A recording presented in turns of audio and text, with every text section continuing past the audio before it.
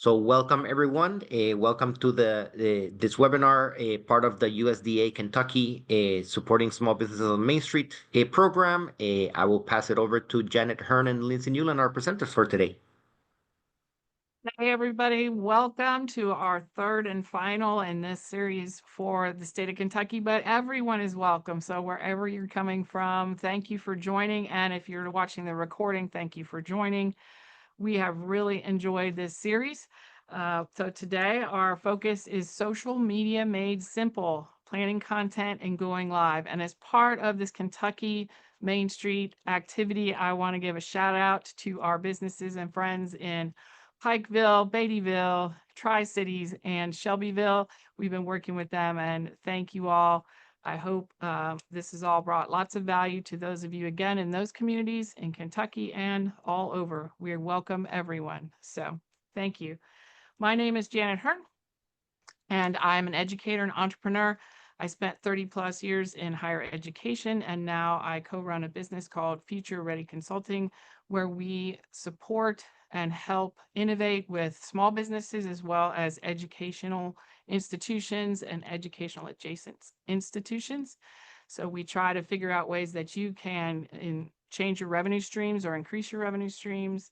And we run our small business ourselves as well. I'm a big believer in small business in small rural towns. I grew up in Marion, Ohio, which is a small town here in Ohio, and I loved every minute of it. So that is my story, and I will let Lindsay introduce herself. Hello there. Good morning. I'm Lindsay Newland. I come from Southeast Iowa. I run a business called Not So Small Business. I do business consulting, website, and graphic design. And I joined those two together. I've been working closely with a few businesses to kind of pilot a project where I'm sitting next to them and coaching them through designing a website themselves. And that has been really rewarding. And I've learned a lot about what small businesses are really looking for, and trying to empower them to be able to function with that website themselves. I work really closely with my local Main Street Ottumwa in Iowa, and I work with the Business Builder Academy. I do a lot of coaching through there. So just really enjoying this work and enjoying working with Janet on this project, and happy to be with you this morning. Ditto. And thank you to Main Street America. We love this program. Lindsay and I have had the pleasure of working with them on their Google project as coaching businesses in Iowa and Ohio, and now working with Kentucky. And there's great things Main Street's doing all across the country. So thank you, Main Street America. All right, what are we going to cover today? We're going to cover a lot. So if you want, just listen. If you want, take some notes. This will be available via replay. So if we get going pretty fast and you're like, whoa, keep that in mind that this can be replayed. Also, you have the ability to make comments as well as ask questions. So if you have a specific question, put it in the Q&A. Lindsay's going to monitor that. And if you want to make a comment for everyone to see, put that in the comments. So please feel free to engage with us today. That's what we're here for. So we're going to talk about, why are we even here today? Why does social media even matter?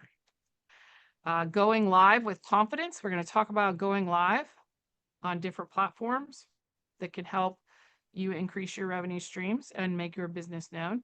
Content planning and posting with a purpose. So actually kind of planning things out and making it make sense. What does a successful social media post even look like? Collaborative posting. I'm not even going to say anything about that because that's pretty cool, and wait till you see when we talk about that. And community impact. Then we'll have some time for Q&A at the end and wrap things up. So let's get started. We have got so much good content for you today. All right, in the chat, everybody wake up, take that sip of coffee, clear the cobwebs. What platform do you use the most for social media? Post that in the comments. And then we're going to find out what your biggest social media struggle is. So you can answer both of those or one of those, but get to typing, people. Let's go. And if you are watching the recording, feel free to put it in the comments in the description below. And we'll kind of keep an eye on that. Maybe we can address some of that. So what platform do you use the most for social media posting? And what's your biggest struggle? I can talk about my biggest struggle just quickly. My biggest struggle, even for my own business, is keeping up with it, keeping a consistent posting schedule. It's almost like dinner. What's for dinner? What am I going to post? It's the same kind of thing. And it's a lot easier if you have a plan. So that is one of the things that I think is important, is to have a plan that you can stick to. But it is, for me, keeping up with the posting. So I will say that. I'm going to look in the chat because I can't see the chat.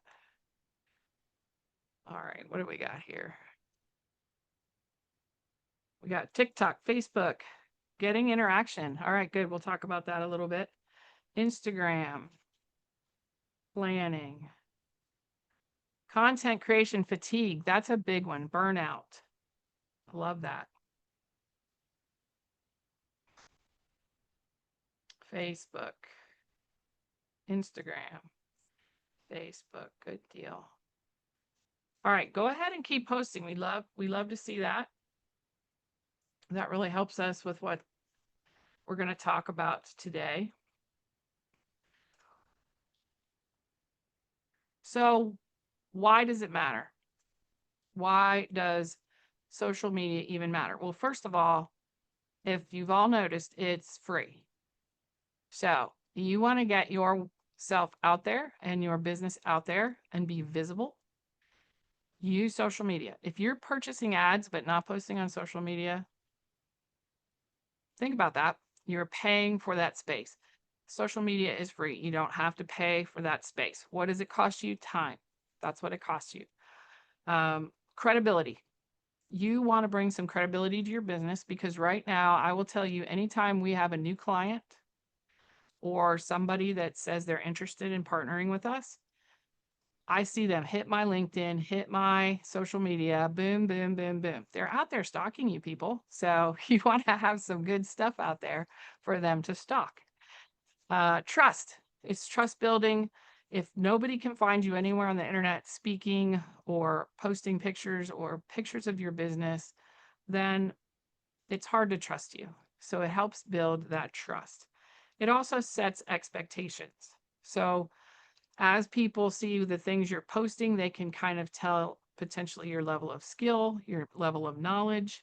And I promise you, they're comparing you to other people they're trying to decide if they want to engage with. So if you're a service business and they have options, they're going to everybody's socials to look at, well, what is this person good at? What is that person good at?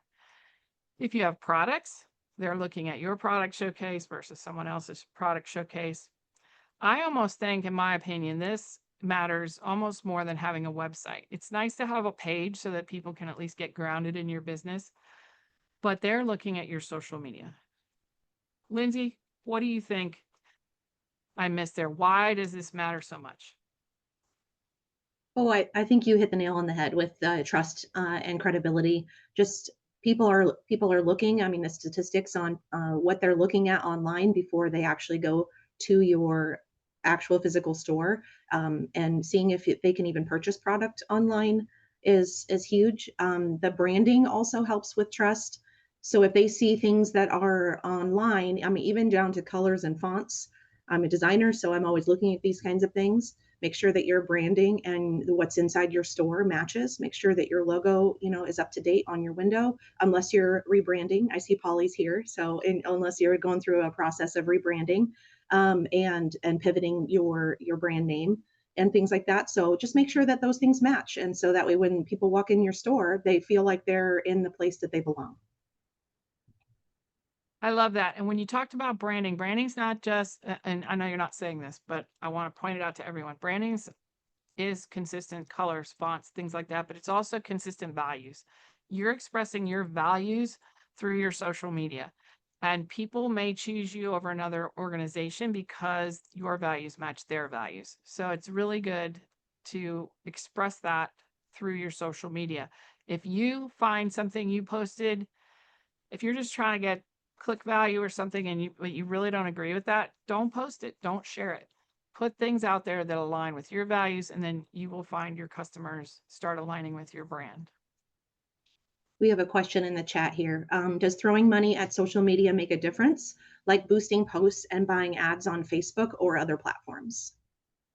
That's a great question. I know some people have had some luck with boosting posts. Never boost a post that isn't already doing well organically, because that it's not going to do well even if you boost it. But if you've got one that really took off, boost it if you have the funds. I think that's less expensive than bringing out the ads, and especially for events. If you have an event and you're getting some traction, but you want to get more, it's potentially good to try and boost that. Try some experiments with putting that out there. Ads, you have to really be committed to ads. You have to really take the time and produce ads and be willing to put some money behind it for 3 months to see if that's going to work for you. And if you're at that stage, that's great. But if your social is still building a following and you're still getting increased views, then I would stick with the free side of the social. I don't boost or do ads at this point. Lindsay, how about you? No, I don't do any ads, but I will give you one example.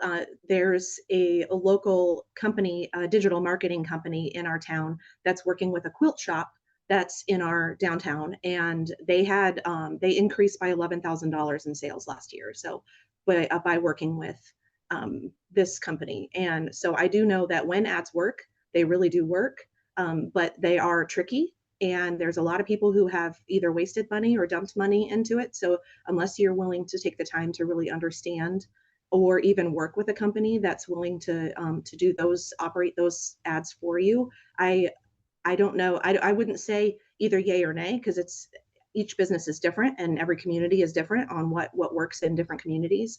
But there are some people who have really had outstanding success with these kinds of things. But I would bring in, this is the kind of thing that I would bring in an expert for. And I would have a solid offer, something that you offer on a consistent basis, a course, a service.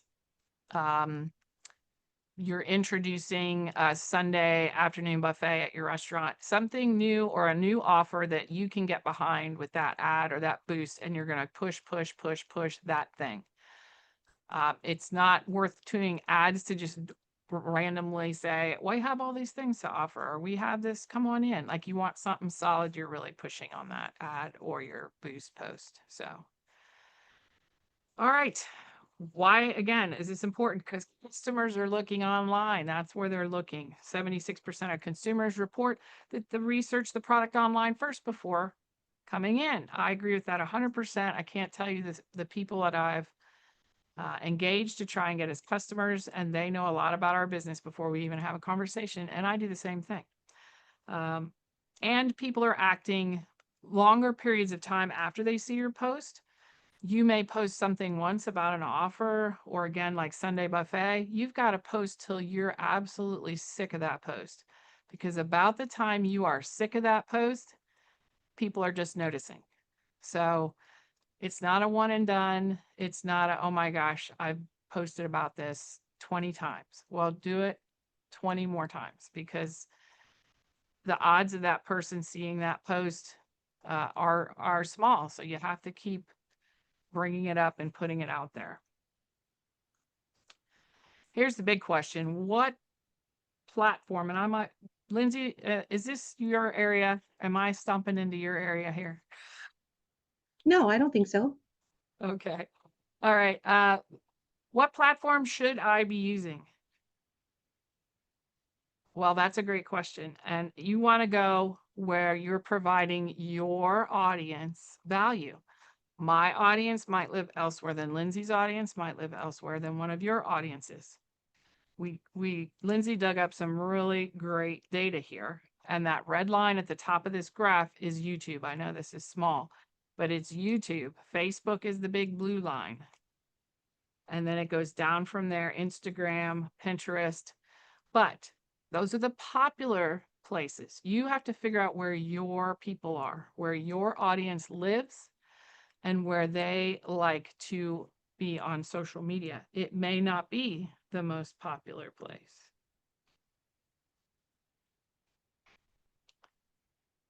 All right, social media by age range in the US. Okay. This is really great data. 18 to 29-year-olds, it's YouTube, Instagram, Facebook. 30 to 49, YouTube, Facebook, Instagram. So it switches. And then 50 to 64-year-olds, YouTube, Facebook, Instagram. And then if you're older than 65, Pinterest gets a boost and Instagram is out. LinkedIn sneaks in with the 50 to 64-year-olds. But again, it's where your audience lives. Lindsay had a great point when she was gathering this data that if you look between the second and third place socials on here, they're only often 10% apart. So that's not a big difference. What does all this data mean? Well, really, if you're sleeping on YouTube, what are you doing? I hope everybody noticed that YouTube was at the top of every single one of those social media areas. Well, Yeah, we'll be talking about TikTok in a little bit. Somebody asked that TikTok wasn't ranked on those.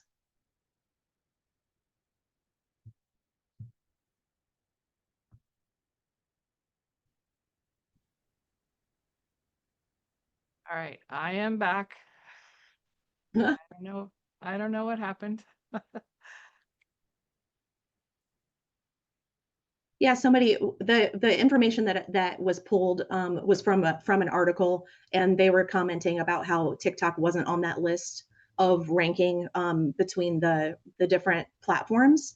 And we'll talk about TikTok in just a bit as Janet gets her screen back up here. Sorry about that. I do not know what happened.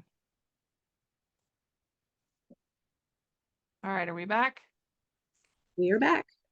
Ooh, that was scary. Okay, sorry. Anyway, we were talking about YouTube. So YouTube is the #2 search engine in the world. If you've noticed lately when you're on Google and you do a search, half the responses are YouTube videos. So if you're like, well, I own a restaurant, what am I going to do on YouTube? You can do recipes. You can show a new recipe. You can show how you like to set your tables up in your restaurant to attract customers or to promote community. You can give tours of the kitchen of the restaurant. There's lots of different opportunities to get on YouTube, including live, which we'll talk about in a little bit. So I'm not advocating, oh, you all drop all your other social medias and go to YouTube. What I'm saying is it was #1 across all that data. So people think of a search question people have for your type of business. Polly, I saw you here. I'm going to think about Polly. How do I learn to play guitar on my own? YouTube content about that's going to pop up when people are looking for that. Instead of articles now, the YouTube's going to pop up. And AI is scraping YouTube transcripts and offering up YouTube videos in the AI search results. So don't sleep on YouTube. We'll talk about how you can be more available on YouTube. All right, let me find my cursor. All right.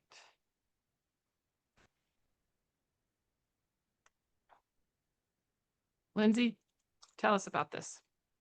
All right. So what age range is the most active demographic on social media? This is social media as a whole. This isn't platform based. We're going to be talking about platform specific data in just a minute. But millennial women ages 29 to 44 are the ones that are mainly on social media. They're 69% of all users. And the average time spent per day is 2 hours and 50 minutes. The great thing about knowing this information is that women are making 75% of all of the purchasing decisions within the household. And so the things that they see and the things that are targeted towards them are going to be the things that they're taking action on. So even if your audience are, young 20-something-year-old males, let's just keep going with the guitar lessons, millennial women are, maybe they're the ones that are seeing it and recommending it to the people that are in their network.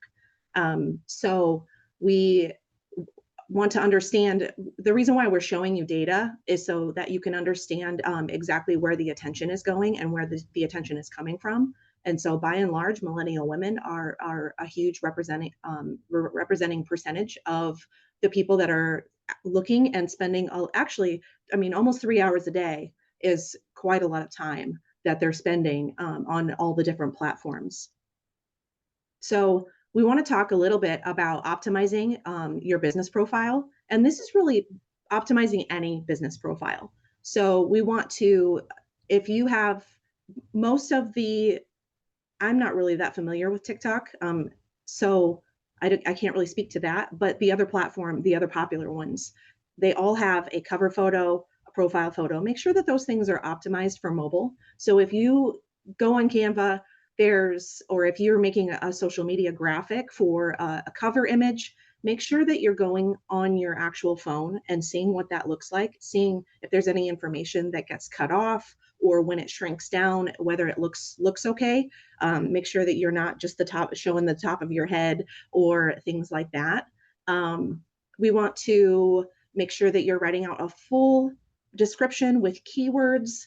This is something that I see a lot of business owners miss or skip over. They don't really think that that description is important. And a lot of times it's because they don't know what to say. I talk a lot about the curse of knowledge, where everything that you do every day becomes commonplace. So you kind of forget how cool you are, and you forget to describe and use keywords to make sure that you're matching with people who are searching for you. Social media platforms are not just consumer based, they are also a search engine. And so there are a lot of people who do not even go to the Google search bar. They go right into Facebook, and they think that that's their search engine, or they're going to their YouTube feed, give me information about, X, Y, or Z, and make sure that those descriptions are actually working for you. They're going to do a lot of heavy lifting for you. Contact information that you actually want people to use is really important. So if you don't want to pick up the phone, or you're never going to pick up the phone, don't put your phone number on there. If you want to be reached by email, make sure that there's a functioning email. If you aren't a person that checks your email ever, then don't put an email address on there. So, because when people are going to think about the person, the user that's on the other side, they're going to your profile to actually take action. They want to contact you. And so if you've got contact information on there that you're not checking, you're not paying attention to, or that you're disregarding altogether, that's going to end up hurting the trust between you and that person. So make sure that when they take action, that they can actually reach you. There's a question about, what about contacting by text as opposed to a voice call? You get to run your business the way that you want to run your business. If you find that texting is acceptable, and that a acceptable form of communication, and you're okay with that, I would recommend setting boundaries, of course, as far as like time of day. I had someone texting me last night at 10 p.m. Well, I didn't respond until this morning because I don't want to set up the expectation that I'm going to just be available 24/7. And I think that that's something that a lot of business owners run into, is they set up open lines of communication like text, and then people don't keep that within the business hours or a business boundary, that kind of thing. So yes, that's the distinction. I'll answer a text in seconds within business hours, but a phone call will take me a week. They both use the same number. Yeah. So set it up. Well, and there's really not a way to communicate on your profile that text is best, outside of maybe on your website, in your footer where you put your contact information, put it in parentheses that text is best, to be able to get in contact with you. So try to do your best to just communicate and educate your customers on exactly how you want to be communicated with. So that way you're not ruining that trust, or you're interrupting that action that people are trying to take. And then link your website. The other thing I'll mention is, so in all of your social media posts, you could say text us for more information. You you make sure you have that in a lot of places in the description and as well as in each post, text for more or something like that. That way they'll get used to hearing you say, hey, you want me right away? Text me. Sorry, Lindsay, go ahead. No, that's fine. Yeah. He said that his greeting discourages leaving a message and strongly encourages texting and email. So I think that's a perfect way of handling that. So I think you're doing great there. Linking your website if you have one. Obviously, you're not going to link a website that doesn't exist, but once you have one, make sure that that's linked there.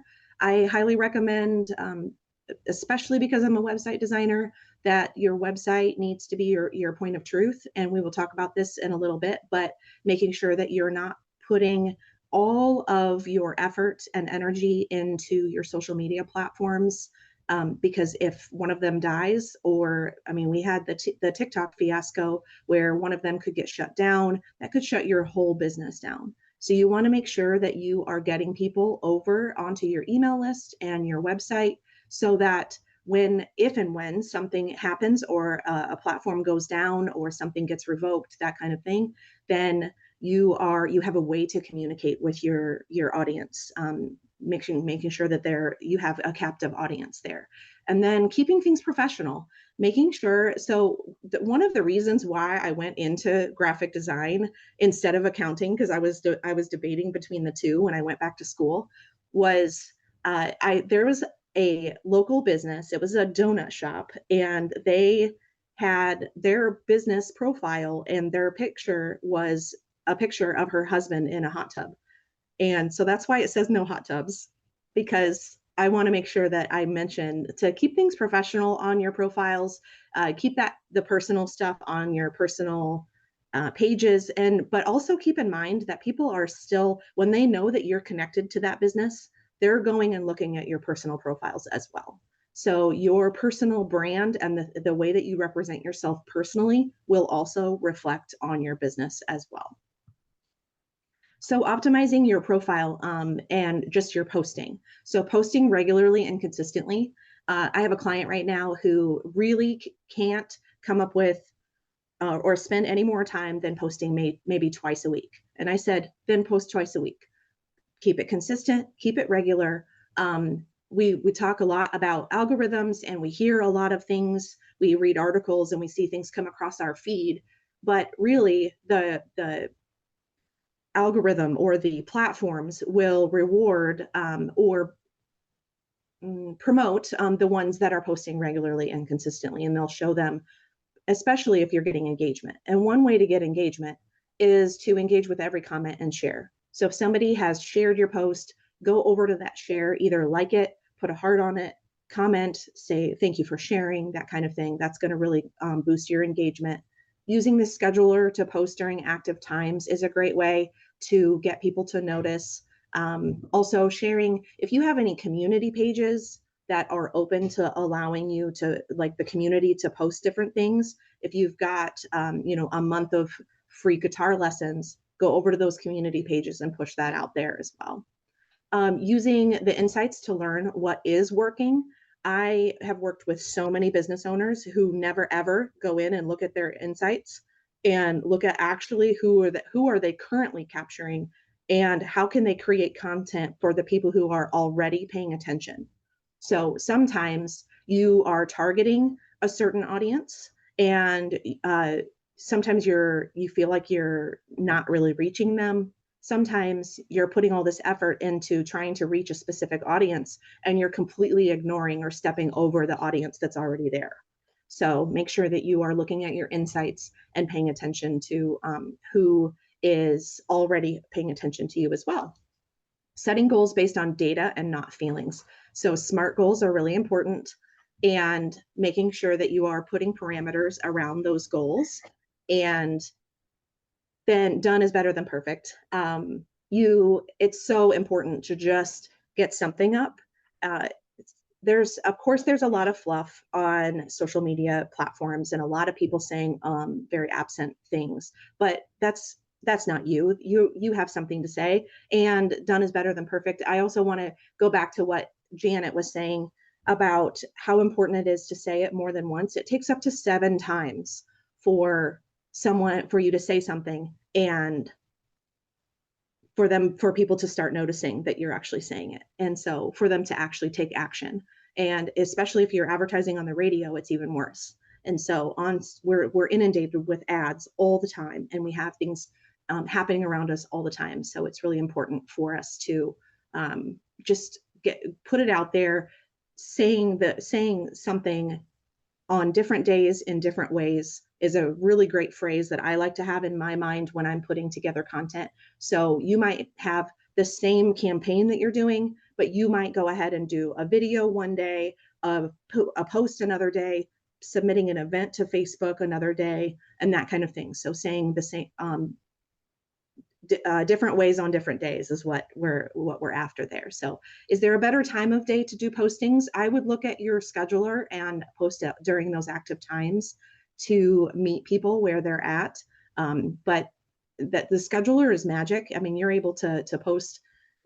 Sometimes my Instagram posts go out at 4 a.m. I don't know why people are active at 4 a.m, but they are. So I just go ahead and use the data that Instagram is already giving me, and I'll put something out during that time, and it gets better engagement than it normally does. So there really is no rhyme or reason. But those platforms, there are some industry standard articles out there that show you which platforms are best. And so you can just do a Google search, when to post in 2025. Some of them are, if you go before 2025, they might be a little outdated because everything changes so quickly. So, and then keep your content authentic and never ever copy. So when authenticity is one of the best differentiators. So you can tell right away whether people are posting things that are absent or that aren't really valuable. So just for the sake of posting. So keep things authentic to your brand, to yourself, speak like yourself, and things like that. So all right, let's move on. Social media usage by platform in the US. All right, so I wanted to touch on what's assumed.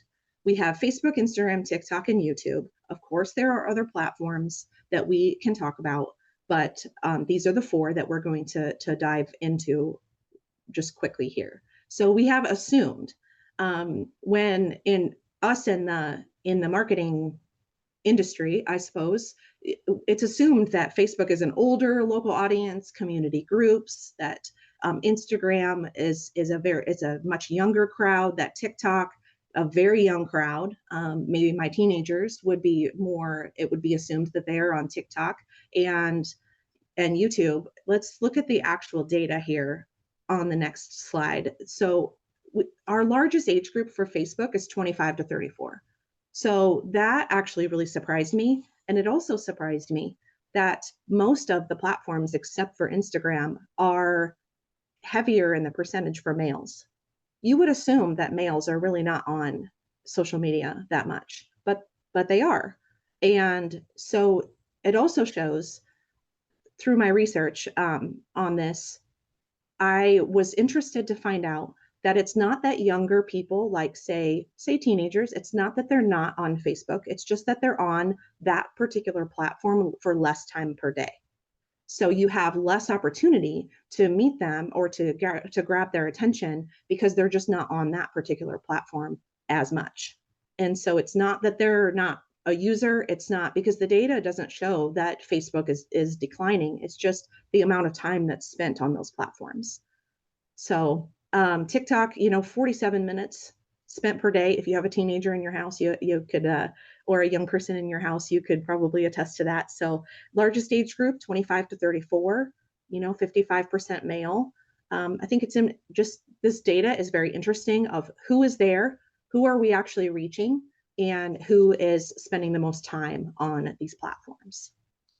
All right, so it can be really, really overwhelming when we talk about all these platforms and all this data and what should you do, what should you not do. I highly recommend, especially if you're in a small town, just choose one. Get really, really good at all of the tools that are on that one platform. Get used to creating a content schedule, you don't have to be everywhere all at once. So get really good at one. And then once you're good at one, because the first one is always the hardest. Once you're really good at one, then expand and maybe pick up that second one. Facebook and Instagram are really great to put together because the scheduler does both of them at the same time. Your content for TikTok and YouTube is going to be pretty different on those platforms because just the purpose of those platforms are different. But for now, just choose one and start taking action moving forward there. All right, so I already talked about this, but I want to reiterate, take time to build your website and your email list as a safeguard against platform outages. YarnHub in Shelbyville is doing a really great job of not only creating, we've been working together recently, and she's been doing a great job of creating content, taking ideas, taking action, but also she's been redoing a few things on her website to get her classes on there, to educate her clients, and start an email list. So that's why she's on there as well. So the anatomy of a successful social media post. These are important. And just from a who, what, where, when, why kind of perspective. So the anatomy of a successful social media post. So you have a hook. It tells you exactly like the eye-catching graphic or short video clip with a large header. So volunteers are needed. That's the hook. So if I'm not a volunteer or if I'm not in the position where I can volunteer, I'm gonna scoot right past this and not pay attention to this at all. But the main topic, the hook of your graphic, needs to be large and it needs to be the first thing that people see. And then there's details. So it tells you who, what, where, when, why, working hours 9 to 4. And this is just a template on Canva. That's what I just pulled this from. And then there's call to action. So it tells you exactly who is this for and what kinds of things, especially when there's volunteers involved. It's important to tell people, what are you going to be doing? And if somebody says, ew, that's gross, I don't want to pick up trash, well, then they probably need to know that ahead of time before they sign up for this. The consistency of brand, keeping your colors consistent with whatever your brand is and for your organization and for your business is important. So that way people know that as they're scrolling, they know exactly who it's coming from before they even stop on it to pay attention. And I would say that most buyers, they don't act on the first post. It takes up to 7 times for people to pay attention. So make sure that you're sharing it to your story, putting it in different places. Yeah, so Polly says, this is all text. How do you handle images and photos conflicting with the information?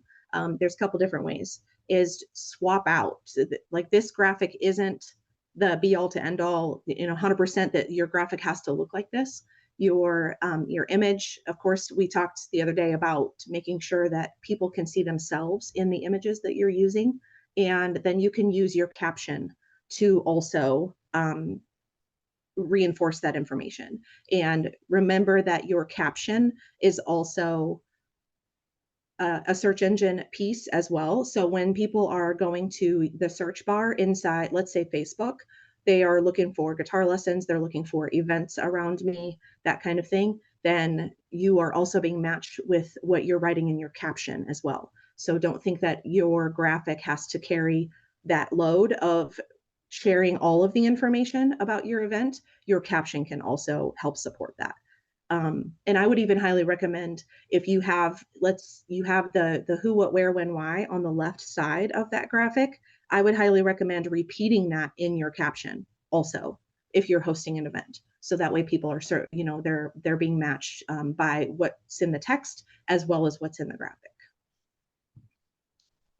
I'm gonna add to that. I love that you asked this question. I just was working with a client the other day on a flyer, and it was about taking doula classes. It's a great event that we're going to promote, but one of the graphics was kind of a field, and it was a nice morning field scene, but I swapped that graphic out for a mother holding a baby, and it was a very faint image, but it matched what we were talking about, which was making maternal outcomes better and birthing doulas as well as postpartum doulas. So look at what you're trying to promote, and does your graphic at least adjacently support that conversation? That's one of the things when you use Canva templates, They're beautiful and they're great, but if the graphic is not matching kind of what you're trying to promote, it's distracting and disconcerting. You wouldn't put, you wouldn't put drums on a guitar graphic. Now you might put drums with guitars in front of that. That might be cool, but you want to definitely stay in the vein of what you're trying to talk about. And the graphics can really do that for you. And the graphics can be very eye-catching and might kind of act as your hook. So really think about those graphics. I can't tell you the number of media posts in my previous job that I rejected because the graphic and the message was like totally disconnected. And I'm like, no, match the graphic with the sentiment. So that's really important. I'm glad you brought that up. Definitely. I also work with several businesses that use only photographs for their social media posts, to give people an actual, a real world experience of what does our store look like? What does our business, what is it like to walk in here? And they use either short video clips or and I also have some people who they combine either the like a graphic with an image to support what the vibe of what they're trying to go for and things. So there's really no right or wrong way. It's just, this is just one example of a graphic. I just wanted to pull out, making sure that you are communicating clearly, and so people are actually picking up on what you're trying to portray. All right, so let's jump into the 411 rule. Now, there are lots of different rules or different methods for how to share social media content. This is just one of them. Just for simplicity, we just used one for this particular workshop. So the 411 rule talks about, 4 parts: educate and inform. So earlier there was someone that said that they were really burned out on exactly what to share. Maybe coming up with ideas is difficult. So don't feel, I want to touch on that curated content there, and we'll reinforce this later, but curated content just means that you're pulling or you're sharing maybe a funny meme, an industry meme about your business or about your organization, your industry, from someone else's platform. So, or behind the scenes content. I spoke with Buffy's Lazy Daisy yesterday in Cumberland, and I said, could you set up a tripod or set up your phone and do a time-lapse video of you putting together a floral arrangement? People love time lapses. They love, and you don't have to share anything other than maybe put music to it. And a lot of the platforms they have editors built right within them now, to where you're able to pull in music to put with it. Your behind the scenes content, helpful tips and tutorials. You could even share that from someone else's platform. So don't feel like you have to constantly just be coming up with your own. Sharing is also part of your strategy as well. Entertaining and engaging. Don't feel like you have to dance. Like you'll never catch me on camera doing a dance. Like, it's just not going to happen. So don't feel like you, and I don't do that because it wouldn't be authentic to me. So, and then user generated content. I mean, there are lots of ideas on this slide. So converting and selling is only one part of your whole strategy. So if you took this strategy and you said, I'm going to do this once a week, all the way through. So 4 parts, 1 part, that's 6 posts that you have there. That's a very easy way to fill up your calendar. But I want to reiterate, if you're a person that can only handle twice per week, 3 times per week, then do that, but do that consistently.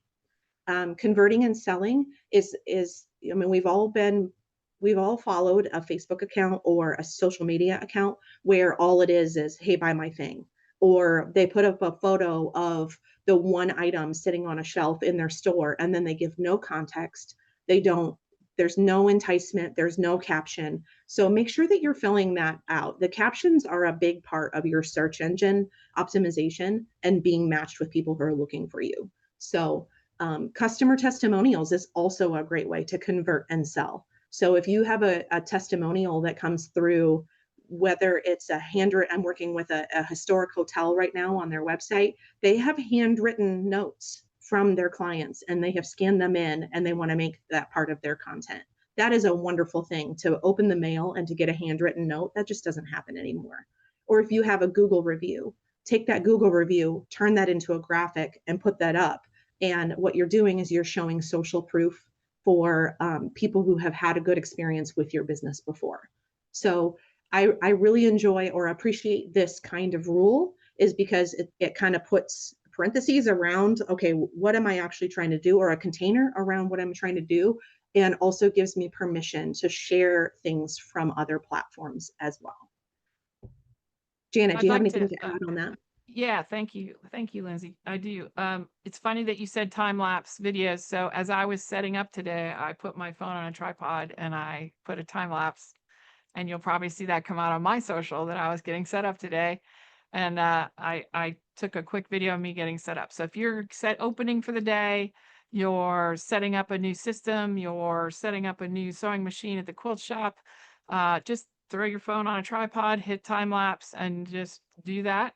And and record it and throw it out there. You'll be surprised at the number of people that will look at that stuff. We were joking, Lindsay and I, because I've been very busy in our business and working with Main Street, so I've not posted very regularly. So one day I went out and took a rest with my dogs to eat lunch, and I thought, should I post this? And I thought, that's dumb. I don't know why I would do that, but I did. I posted me eating lunch with my dogs. It's been one of the most popular videos on my YouTube channel. I'm like, all I did was eat lunch. So you'd be surprised at what people appreciate that you record and share with them. But I did have a purpose behind it. I said, give yourself permission to take a break in your busy business life and enjoy the outdoors and your dogs or whatever. So there was a purpose. I didn't just randomly say, look what I ate for lunch. The purpose was to kind of give people permission to take a break. So that's okay. And the only other thing I'll add to this is calls to action. You may think you only need that on the sales ones, but you need it on every single one. And a call to action is really just what should they do next. So if you do educational information, say, now check out this video that I did where I taught people how to XYZ. Or if it's entertaining and engaging, say, post in the description or post in the comments what you do to take a break and have lunch. So even if the content is not selling, people want to know what they should do next. So you always want to invite them to watch another video or check out another post or go to your website or get to know you some way. So people love to be told, what should I do next? And even if it's just watch another video, that's fine. Invite people to that next step, even if it's not a sales thing. It's inviting them to, stay in your home or stay in your sphere for a little bit longer. Janet, do you have any comments about hashtags? Are they relevant? Do we need them? I use them some. I think that's one of the things that pulled people to my have a break and eat lunch video, is I put hashtag small business. So if you do who you're trying to attract or what topic you're covering, if you can hashtag that, I think it's helpful in the search engine. The algorithms are kind of becoming mysterious, especially with AI. We're not sure what's pulling from where, but I do usually put my audience in a hashtag or my topic too in that hashtag, just in case it gets picked up on one of the algorithms. Or some people filter their searches by hashtags. So then if they've got small business as a filter, they will pull all that. So.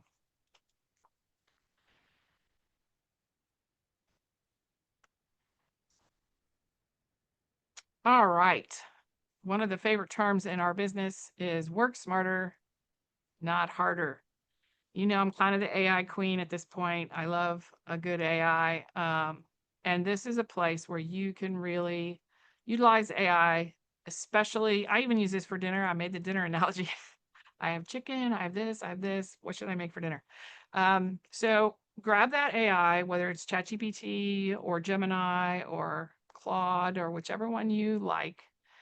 And here is a prompt that you can use. for a small business to generate some posts for you. Sometimes you just are like, I'm done. I don't know what to post. I have no idea. But you can either you can type this out, or you can wait till the recording comes out and pause it and get it. But it's really simple. I own a, and then put your type of business in there in this town or state, and my target customers are. So that's where you want to say who is the most frequenter of your service or business. I want to create a social media content for the next month that includes a mix of promotional, educational, engaging posts. So this is what we just talked about, this 411 rule. Give me a list of 12 posts, 4 of each type, with captions, hooks, hashtags, and simple call to action. You want to put your tone in there because some people want to keep it professional. Some people want to be funny, friendly, sarcastic. If that's your brand and your value system, then use that in there. And I mostly post on, and then you can put your different platforms that you mostly post on. And then it does a great job of generating for you. And you can get ideas. You don't have to follow all of them. You may see some, you're like, this is dumb, I'm not doing that. And you want to skip that. So that's fine. Do not post something that doesn't feel like it's you. But it gives you ideas that you can start with. And if you tell it how many times a week you post, you can get it to schedule for you. And then you can just go create that content. So we love that. And that is really great. The other thing, I actually think this might be coming in another slide, but I'm going to mention it and then I'll bring it back up again. You don't have to do this alone. This is not a solo activity. If you have people that work for you, if you have family, if you have friends that love to take videos and do social media, by all means say, hey, I have this list of ideas. Can you get some video for me and help me out and get some posting material? I'm working with a business, Spots Gelato, in several cities in Kentucky, but particularly Shelbyville. She started a great way of using her employees at the different stores, and she gave them parameters. I want you to take these videos or take these pictures of this activity. And so they're doing that, and they're putting them all in a folder. So now she has a growing folder of images and pictures and videos that she can use for the social media. She doesn't even have them doing the posts. They're just gathering pictures for her. And it's just so much easier a lift if you have somebody else helping you do some of that. And it usually can be a friend, family, invite a teenager over to do some of that one day. Say, follow me around today and take pictures and videos. So we're not going to go ahead and do the AI today, but definitely utilize AI to give you some help, especially if you're feeling burnt out. All right. Any other questions about any of that material? Because next we're going to talk about going live with confidence. I just want to plug Main Street America's YouTube. They have any of the trainings. We've done a training on AI as well as some other trainers. And so there's some really great information there. So head on over to the Main Street America YouTube channel. They've got some really great trainings, some interviews with some business owners and community organizers there that are really, really great. So you can grab a ton of ideas from those. So we don't have any questions coming in, Janet. Great. Okay. All right. Some of you are already going live. I know some of the businesses I've talked to, you already have. You're going live. That's amazing. Way to go. That's fantastic. Going live on one of the platforms can really help with engagement and promoting your business. So we're going to talk about how you can set up and get prepared to do that. And it's not as hard as you think. All right. So first of all, have a plan. Have a hook that you've prepared. The first 30 seconds of a live or the first few minutes you're on really sets the tone and really keeps people hooked in. Make a bold statement, ask a question that you know everybody's asking, add a visual or something that will get people right away. So maybe you're doing a class, either the yarn class or a quilting class. Show the final product in that first few minutes so people know what am I going to have when we're done with this live, and that will lock them in. They'll either be interested and want to do that or they won't. Share something valuable, a real key takeaway right at the beginning that then you can build during the presentation. And then when you're done with the presentation, the live, again, tell them what to do next. Are they going to come into your store? Are they going to buy online? Are they going to check out another video? What are they going to do now? Are they going to comment? Tell them what they want, we should do next. So here's an example, again, from our friends at the Yarn Hub. Not all yarn is created equal. Here's why our fibers feel different in your hands. This yarn changed the way I craft, and I think you'll love it too. These are hooks that will get people to stay in the video or in the live session, and you'll have them hooked. So that's the most important piece of any kind of video content or live session. You want to hook people in right away.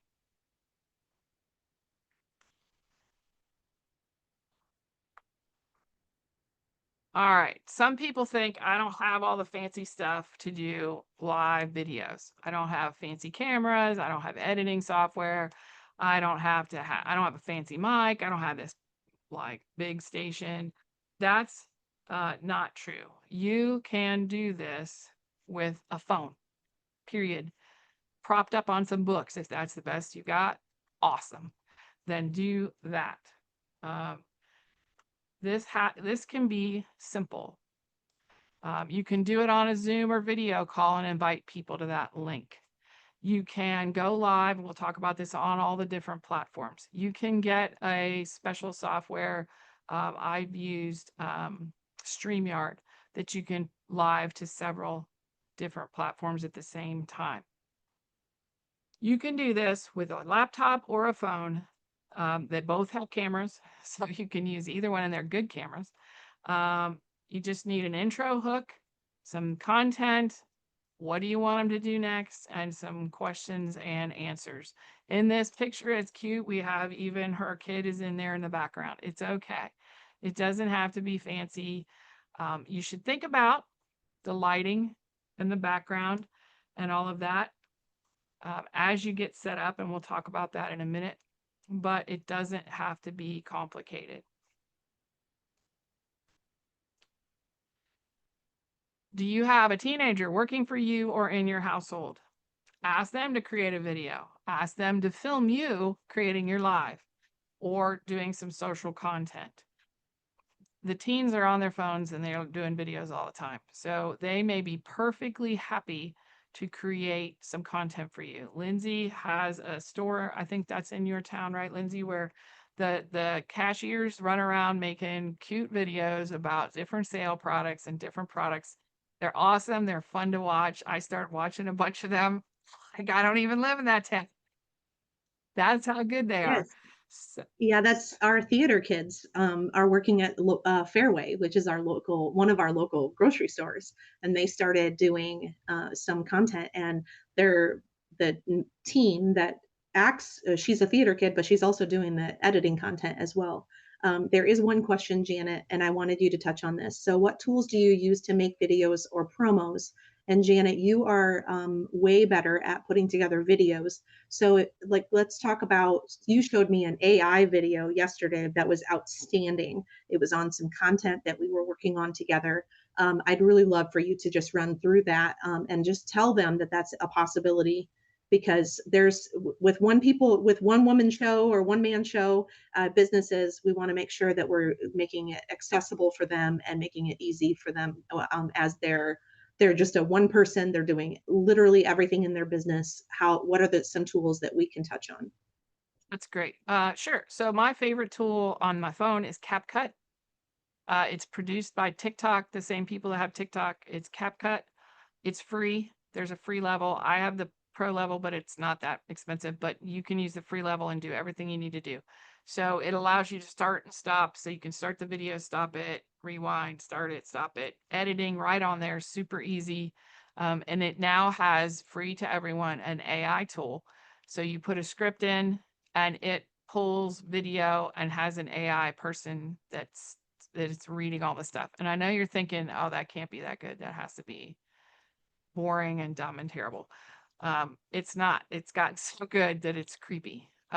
So that's what I showed Lindsay. I did have to probably replace 25% of the B-roll because it was not matching properly, and I didn't like it. It didn't match the vibe I was going for. So I did that, picked some music, boom, done.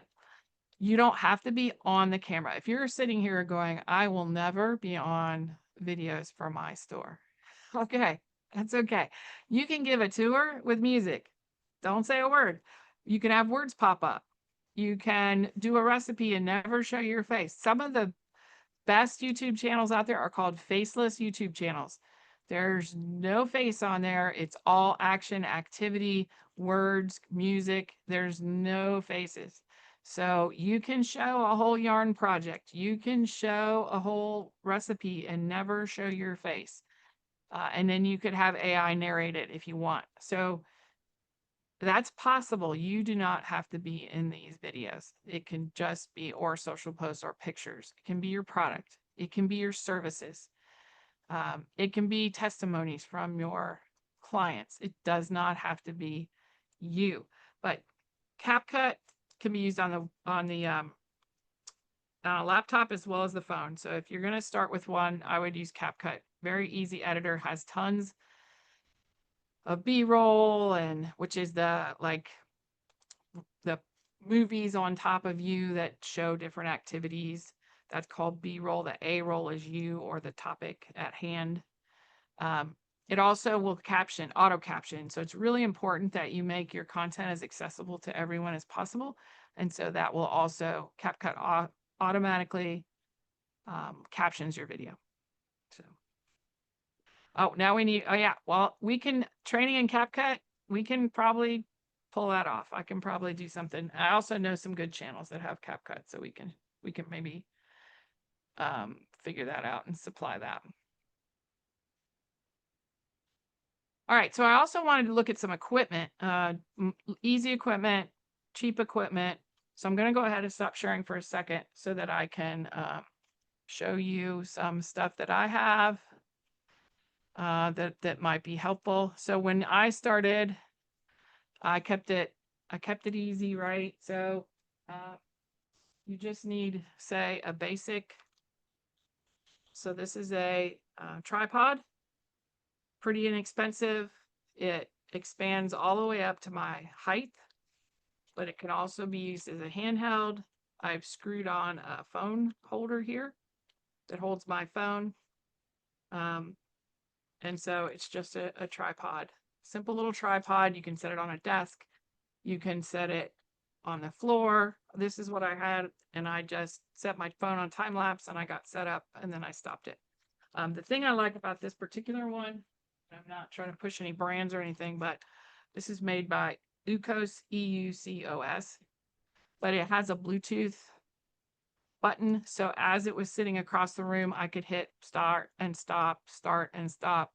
So if you're a one-person show, this is nice because then you can start and stop it. You can start your live or stop your live or pause it with a button. So you don't have to have anyone helping you. If you're doing a demonstration or cooking and you mess up, you can stop it, reset, start it, and you don't have to keep running over to the phone. So I like that. A simple tripod, even a smaller version is fine. But this has worked great. I can take it on travels. So if I visited your town, you probably have seen me running around with that particular tripod. So a phone and a tripod. You could call it done and start with that. I do like microphones. Sound and lighting are your two best friends when you're doing any kind of video work. Sound and lighting. Phones have gotten really good in low light, so it's not as bad, but sunlight is really helpful. So you have that automatically any window. So try to take video at a time that your store or your area is well lit in sunlight. And there are some cheap LED lights you can get to set up if you really need to, but sun is the best. Make sure it's on you or on your topic subject. Sound is next. So I have, this is my first set of Bluetooth that I used. So it comes with a little thing you plug into the bottom of your phone. Then you clip this on your shirt and you can go 100 feet away and it still picks up clear as a bell. This particular one's made by Ulanzi, but there's a lot of new ones out there and a lot of good ones that are less than $50. Again, not necessary to start, but sound is really nice. I got one that had 2 mics so that I could do interviews with them. Now you can spend $30 on these or you can spend $130 on these, but it's good to add, start small and then build from there. If you really get into this, if you're doing classes, it's really nice because you're probably going to be, your phone's not going to be close to you as you're doing a class. So you probably want some sort of mic if you can get away with it. So think about that, but that would be the next step up after you got the tripod, would be some kind of mic. And then they also have all these cool little clamps. So you can clamp this to a desk or a pole, then put your phone thing on there so that you can get different angles, especially if you need to get your hands and stuff. But the tripod should work fine, but they have all kinds of little gadgets on Amazon, different places. So that's what I would start with to go live. Just make sure, but you can even prop your phone on a book, a set of books, and use the microphone from the phone and get started. It's better to start than to not do it at all. And one thing you want to make sure you do is practice. So you want to practice without even recording or practice recording and see how it looks. And then have a friends and family session. Say, I'm practicing going live. Will you tune in? I'm going to send you the link. So that gives you the practice of having the link, getting people to get on, do a demo, and in the exact conditions you're going to use for your live, and let them give you feedback. The light was too low. I couldn't hear you. Make sure your background, look what's behind you. You don't want your teenage boys running through the house in their underwear while you're doing your live. So that's not happened, but I'm careful it does not.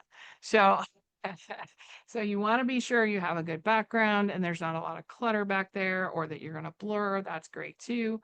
So just check all those things out. Wear bright colors, and you have to be a little more animated than you normally would just talking, but really you're talking to a friend. You're talking to your friends, your family, and you're showing them your knowledge and your skills about your store, about your service, about your talents.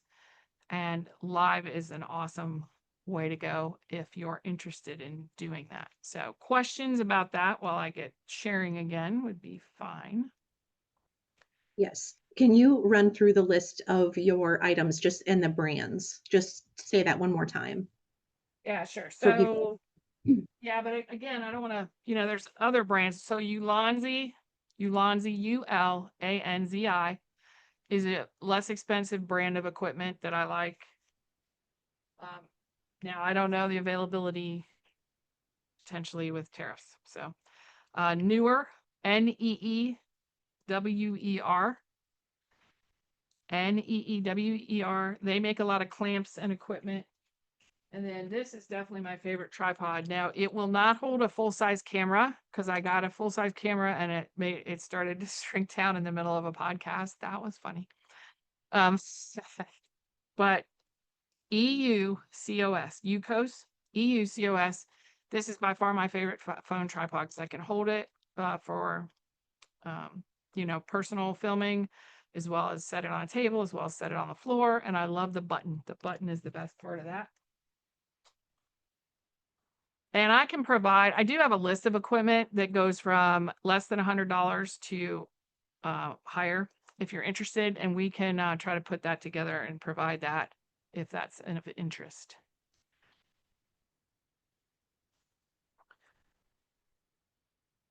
All right, let me get back to you. And again, these brands are not endorsed by Main Street or anybody. That's just what I have in my kit. If people want to post some other things they find handy, their favorite whatevers, feel free to do that. And I will get my share back going again. All right. Yay. All right. So how do we actually go about doing this? It's easier than you think. Here's some screenshots from Lindsay's account. Here's the other thing I would ask you to do. You should probably get a business account and live stream for your business account. So any of these platforms, you can add a page or a business account. So I would do that. It can be off your personal account, but I would not necessarily use your personal account just because I like to keep those things separate. So if I post personal opinions and things on my personal Facebook account, it may not be the same reflection of the business as a whole. So you want to try and separate those. So here you go. You can see here from these screenshots that you can, up at the top, you can click live video, and then you can go over and say go live, or you can create an event. So this is Facebook. So that's really nice. I know a lot of people use that for their lives. That's awesome. You can have closed lives. So people have to give you their information to join your live. Then you build your email list, which Lindsay said was a great idea. And it is a great idea. You own your email list, and you own your website. You do not, if you think you own all your followers on Facebook or YouTube, you do not. You do not technically own them. They could disappear at any moment. Hackers can take your account down at any moment. So you do not own those followers. You want to own those followers. So get them to sign up for your live events or some way to build your email list. Whoops. All right. That's my hand. If you're wondering, I didn't want you to see my living room. So that was my hand. But this is YouTube from my phone. You can also go live from YouTube on your computer, which is where I prefer to go live, but some of you may prefer your phone. So you hit the live button there when you are ready to go. When you want to add a video, you can add a video and you'll get this. So you can go live. There are safeguards. So you have to grow your history on YouTube. So when you first go live, you can have 25 people enrolled plus all of your subscribers. And then after it's created, it'll default private. And then when you hit 1,000, you can have access to full version of the mobile live streaming. So that's new, I think, because I've gone live on YouTube and I do not have this restriction. So there are some restrictions on all of the platforms. So you just have to build a following to go live. I don't think Facebook has a restriction, though. If anybody knows, feel free to post. And then in Instagram, this is both the screenshots from my phone over on the left there. That's my phone where you can go live. That's just my personal Instagram, but I would go live on my business page. I wouldn't go live on my personal. And then Lindsay's screenshot for on the computer. Now this says you need streaming software to do that. I don't know about that. I could go live on my phone. I don't think I have any restrictions there. So the phone's probably the easiest. And then the good old TikTok, you get to see me doing that situation. So instead of posting a video, you can go live. And then it has practice mode, which I highly recommend you try practice mode and see how that goes. But then it also has enhancements, effects. You can change your settings and then share right there, then and there. So that's a great tool. There is a software called OBS. It's an open source software to allow you to stream video games and streaming. You can also use that to stream, but you'd have to be on some streaming service. I don't use that to stream. And then, like I said, StreamYard is one of the softwares I use so that I can stream to 2 things at once or 3 things at once. And I like that one. That one's nice. You can use Zoom. You're restricted in time on Zoom unless you pay for that. And you can use Google Meet and record things. So there's a lot of opportunity out there to stream and to get active. on streaming so that you can share your knowledge and earn trust. You can share your services. People love behind the scenes. How do you make this? How do you make that? How do you stock your shelves? People love to learn about that and see how that works. So don't be afraid to share that. Lindsay, you have more about that? No, I think that's great. So if we have any questions about going live, classes, you can offer classes. You can have paid classes that people have to pay to get access to your live sessions. That's awesome. That's the way to expand your reach like never before. This is an amazing time for those of you that are in the neighborhood of my age. 3 channels, black and white, TV, that's what you had. Radio, that's what you had. Now you can go out there and create content and become popular and famous if that's your goal, or just get yourself noticed in your community and increase your foot traffic for free. It's insane. The phone, yes, but everybody has a phone, so you had to pay for that, but it's insane. The opportunity is crazy. So people are growing their comedy, like going from 0 to a Netflix special all through TikTok. You can get out there and it's okay. And you can also be faceless. So that's allowed too. So. All right, we're running out of time, aren't we? Whew. We are. We have a question. What platforms can you use to offer a paid video class? So what you would do, there's several ways you can do it. You would put it out there that they have to register. So you can use a platform to register people. Most of the CRMs will do that. Maybe you can speak more on this, Lindsay, but get people to register, get a list, and then when they pay, just send those people the link to your live. Don't let everyone have access to your live. Yes, that's what I would say. That's what I would recommend. That's the lowest lift. If you're doing a paid class, then you just have them pay whatever your pay link is. It could be a Square link, it could be a Venmo, it could be, and then once you get their email address or text even their phone number, you could text them a link specifically to that video. So it doesn't have to be really complicated. You don't have to pay for Thinkific or any of the learning softwares. And then there's lots of website editors there that Square does it. There's lots of membership options. Wix has a really great built-in software for learning environments like courses and things like that. So don't feel like you have to. Just take a look at what programs you're already subscribing to and see what features are there that you're just not aware of. Do some searches, try to find out. But really, if you're just doing it without a website, if you're doing it with any of those, then that's totally acceptable. So do we have a course on making videos? Do you have anything, Janet, on YouTube? She's got a YouTube channel that she's got some resources on. I do. Future Ready Consulting. If you go to my YouTube channel, I have how to get started in podcasting. I have the equipment reviews. I have getting set up to do videos. I have a lot of that content there. And I'm happy. At the end, we'll give you my email. You can send me emails about topics you'd like to see, and I'm happy to do some of those and add to my channel to do some of that. So I love doing video. I have a new setup you're probably going to see if you go to my channel. I also have TikTok, but YouTube's better. I've got all my equipment now on one pole. So I have the camera and the lights and the whole thing.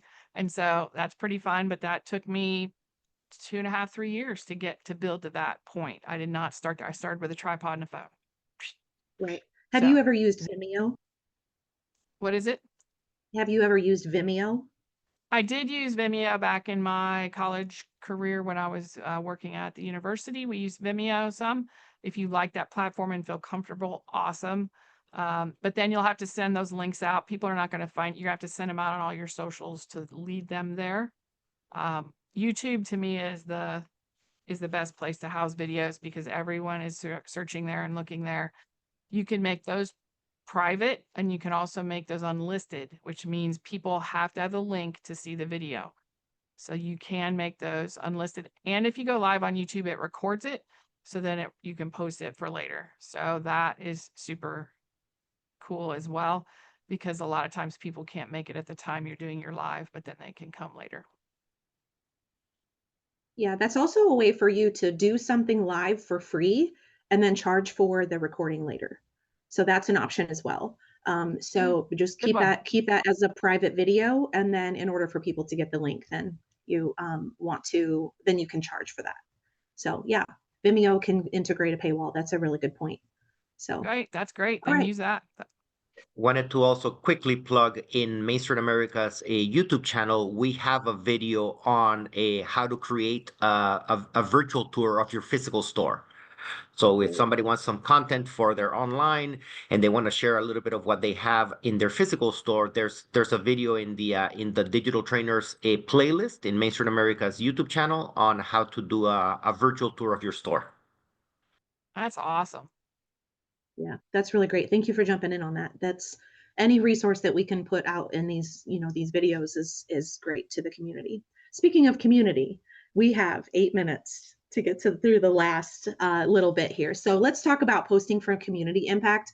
So when you are in a small town, you are not just posting and maintaining your socials and trying to grow your business just for yourself. Of course, it's for yourself, but utilizing your community is a great way to rising tides lift all boats kind of thing. And you can utilize your social media platforms to collaborate, not only for community impact, but also to impact your own sales as well. So when you live in a small town, you might have to collaborate with other businesses to make your campaigns work, to reach new audiences, and things like that. So I want to tell you about my friend Rachel with Bushels and Blooms Farm.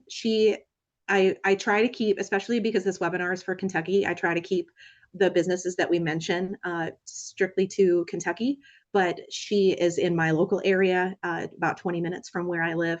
So I asked her a question about, does cross promotion and community collaboration help your business? She has a farm stand and it's out in the country and not on a gravel road, but she's out in the country and she has a really great story. And I guess it's not, she does a really great job of telling her story. So she started Bushels and Blooms because she and her mom had dreamed of starting a floral business and cake business especially for brides. And her mother was killed in a tragic car accident. Actually, both of her parents were killed in a tragic car accident. And so she started Bushels and Blooms as an homage to her late mother. And this farm stand is incredible. She collaborates with, the honey. She has people bringing in different soap products. She brings in bakery items, sourdough bread. She does the fresh cut flowers herself. And she said this was her response. It 100% helps me. It helps her reach a larger audience and a customer base both for marketing, but also for products that she isn't going to, it would take so much time and effort to be the person that makes the sourdough and makes the cookies and makes the soap and makes the cards and all these things. So what she's doing is she's lifting her local community up by bringing those products in. She does charge a percentage of each vendor. So that helps her income, but it also gives exposure because she's so good at social media, it gives exposure to those other community little startups. I don't want to say little, they're startups. That doesn't mean they're little. It's helping her local community. They want to partner with Rachel because she just shines so bright. And so I wanted to tell you all about her and the opportunities that she's giving. So as her central business grows, she's also bringing other local entrepreneurs, people who are starting side hustles and things like that. She's bringing them along with her. And it's really having a tremendous impact, not only for herself and for her family, but also for her local community as well. I also want to tell you about Yarn Hub. She is in Shelbyville. She's doing a partnership with the Operation Catnip of Kentucky. So she's trying to encourage her audience and her customers to create these little catnip mice. And they're going to be given away for free at vet clinics and things. And so here are some opportunities that she's running this fundraiser collaboration with this Operation Catsnip, and they're providing patterns. So Yarn Hub has provided a link to the patterns that people can use. And so they can feel good about giving back to the community and collaborating with other businesses. And what it's doing is it's giving her potential product sales, because she's encouraging people to use her yarn to make these little mice. She's establishing her shop as a place that has heart and that is giving back to the community. And so that is part of her values. So she's able to show people what her values are doing that. Exposes her shop to a new audience. So not only is she talking to her own customers, but then she's able to expand and she tags Operation Catsnip in these posts. She is, giving them awareness. They're giving her awareness. It kind of becomes like a reciprocal marketing opportunity. And then the final product will have packaging. So her logo is then going home with those cat owners. And so her logo is going into their house and just going home with them. So that's a really great opportunity for her to get into new audiences and get into people's houses. So if you are looking for opportunities, I would highly recommend talking to your Main Street director. They always are looking for opportunities for businesses to collaborate, for ways for you to get connected with the community. And if you show up at their office and say, this is what I'm looking for, I'm looking to either do a fundraiser, or I'm looking for to connect with other adjacent businesses so we can all kind of rise together, they will absolutely take your call. I guarantee it. So just wanted to shout out to those two businesses that are really doing great things for their community, and giving you an opportunity to think about how you can look around your local area and see who you can collaborate. If you see somebody that's already an influencer, I would highly recommend contacting them and saying, hey, how can we work together? How can we, not necessarily for your own personal gain specifically, but for them also to be able to grow their audience. And so it becomes a really great community opportunity. Then I think Janet's going to wrap up here, and she's going to remind you of a couple things on that 411 rule. Yeah, I don't think we have time. We only got 2 minutes. So, okay. All right, we'll go for it. So just remember 411, go back and check that slide out. There's important things on there about doing your content, and then we have some free resources available. If you want to go ahead and use that QR code, you can get the content calendar template that Lindsay has put together. So that will help you keep track of a calendar so that you can schedule and plan your posts ahead of time. And we also recommend ChatGPT or Gemini to help you write your scripts or write your plans or write even your content calendar information. So there's that. And then finally, I know this is fast, but you can watch the replay. You can email either one of us or visit our website or our social medias for more information if you so desire to ask us questions or whatever you need or want. And we appreciate the opportunity. Gustavo, thank you. This series has been really fun. Thank you both as well for great content, and love seeing the examples of the businesses that you shared. So thank you for that, and thank you, Kitty, for and all the Main Street directors for all your support in spreading out the information about this webinar series. Awesome. All right. It looks like we're out of time. If you want to throw a last minute question, I don't know if Gustavo's okay with that. We can throw some questions in if you have any more. Otherwise, thank you for joining us. And the recording should be up in a few days if you want to review any of it or get this information that we've provided.